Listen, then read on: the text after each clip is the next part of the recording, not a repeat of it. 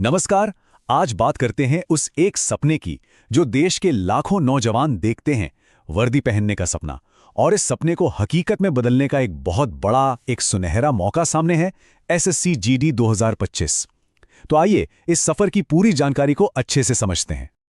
एक बात बिल्कुल सच कही गई है कि आर्म्ड फोर्सेस की वर्दी पैसों से नहीं खरीदी जाती, इसे कमाना पड़ता है, अपने जुनून से, अपनी कड़ी मेहनत से। और आज हमारी सारी चर्चा इसी जुनून और मेहनत के इर्द गिर्द रहेगी। तो चलिए देखते हैं कि ये वर्दी कैसे कमाई जाती है, और सबसे जरूरी, ये जो आने वाला मौका है वो आखिर कितना बड़ा है। तो जो सभी एस्पिरेंट्स हैं उनके लिए आखिर बड़ी खबर है क्या? ऐसा कौन सा मौका है जिसका इतनी बेसब्री से इंतजार हो रहा है? चलिए अब सीधे मुद्दे पर आते हैं।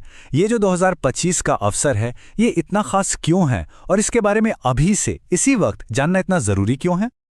देखिए, सबसे बड़ी खबर तो ये है कि एसएससी ने अपने कैलेंडर में साफ कर दिया है। एसएससी जीडी का ऑफिशियल नोटिफिकेशन नवंबर 2025 में आएगा।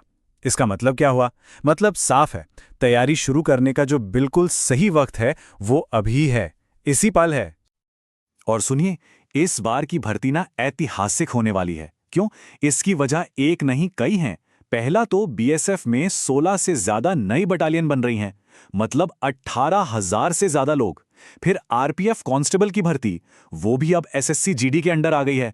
सीआईएसएफ में भी जबरदस्त ग्रोथ के संकेत हैं, और एनसीबी की वैकेंसीज भी इसी में जुड़ेंगी। मतलब हर तरफ से गुड न्यूज। तो इन सबको मिलाकर टोटल नंबर कितना बनता है, सोचा है कभी? इस बार कुल भर्तियों का आंकड़ा लगभग 1 लाख तक पहुंच सकता है। जी हां, बिल्कुल सही सुना, 1 लाख। ऐसा मौका बार बार नहीं आता, ये बात पक्की है। अब इतनी सारी पोस्ट्स में एक पोस्ट ऐसी है जिसके लिए सबसे ज्यादा मारामारी होती है, वो है एसएसएफ, यानी सेक्रेटेरिएट सिक्योरिटी फोर्स। इसकी मेरिट हमेशा सबसे हाई जाती है। वजह? लाइफ लॉन्ग पोस्टिंग दिल्ली में, इसीलिए ये काफी कैंडिडेट्स के लिए एक ड्रीम जॉब बन जाती है।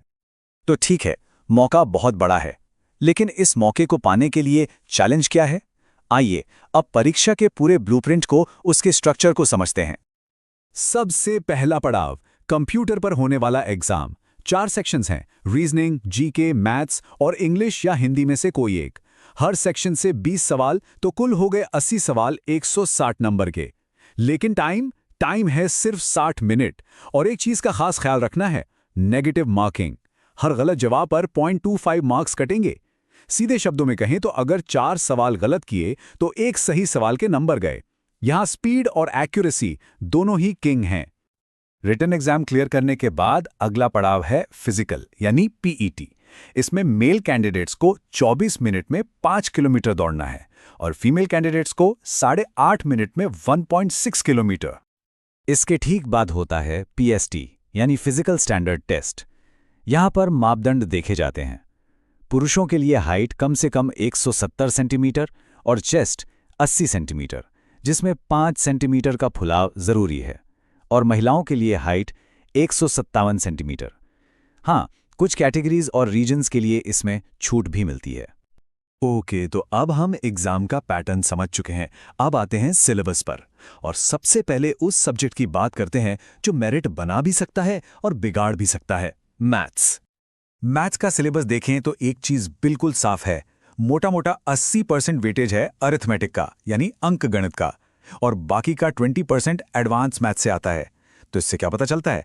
यही कि अरिथमेटिक पर पकड़ बहुत बहुत ज्यादा मजबूत होनी चाहिए। यही सफलता की नींव है। अब अरिथमेटिक में भी कुछ कोर टॉपिक्स हैं जिन पर कमांड करना ही करना है, जैसे कि percentage, profit loss, ratio, time and work, speed time distance, simple और कंपाउंड इंटरेस्ट, एवरेज और नंबर सिस्टम। ये टॉपिक्स स्कोरिंग भी हैं और सिलेक्शन में डिसाइसिव रोल प्ले करते हैं। और जहां तक एडवांस्ड मैथ्स की बात है तो मेंसुरेशन, अलजेब्रा, ज्योमेट्री, ट्रिगोनोमेट्री, इनसे आमतौर पर बेसिक सवाल ही आते हैं। हाँ, नए पैटर्न को देखते हुए स्टैटिस्टिक्स और प्रोबेबिलिटी से भी कुछ सवाल आ सकते हैं, तो उनको भी नजरअंदाज नहीं करना है। तो सब कुछ जान लिया, वैकेंसीज, एग्जाम पैटर्न, सिलेबस। अब सबसे बड़ा सवाल, तैयारी करें तो करें कैसे? चलिए इसके लिए एक फुल प्रूफ 3 स्टेप प्लान देखते हैं। देखिए, सफलता के लिए इन 3 स्टेप्स को इसी ऑर्डर में फॉलो करना बहुत जरूरी है। स्टेप 1, सबसे पहले हर टॉपिक के कॉन्सेप्ट्स को एकदम गहराई से समझो, अपनी फाउंडेशन मजबूत करो। स्टेप 2, जब कॉन्सेप्ट समझ आ जाएं, तब प्रीवियस ईयर क्वेश्चंस यानी PYQs सॉल्व करो, इससे एग्जाम का पैटर्न समझ आएगा। और स्टेप 3, आखिरी स्टेप, जब कॉन्सेप्ट्स बिल्कुल क्रिस्टल क्लियर हो जाएं, तब और सिर्फ तब स्पीड बढ़ाने के लिए शॉर्टकट सीखो और उनकी प्रैक्टिस करो। यही जीतने का फॉर्मूला है। स्वामी विवेकानंद ने कहा था, उठो, जागो और तब तक मत रुको जब तक लक्ष्य प्राप्त न हो जाए। वो लक्ष्य, वो वर्दी सामने है। अब सवाल ये है कि क्या इसे हासिल करने के लिए अपनी पूरी ताकत झोंकने की तैयारी है?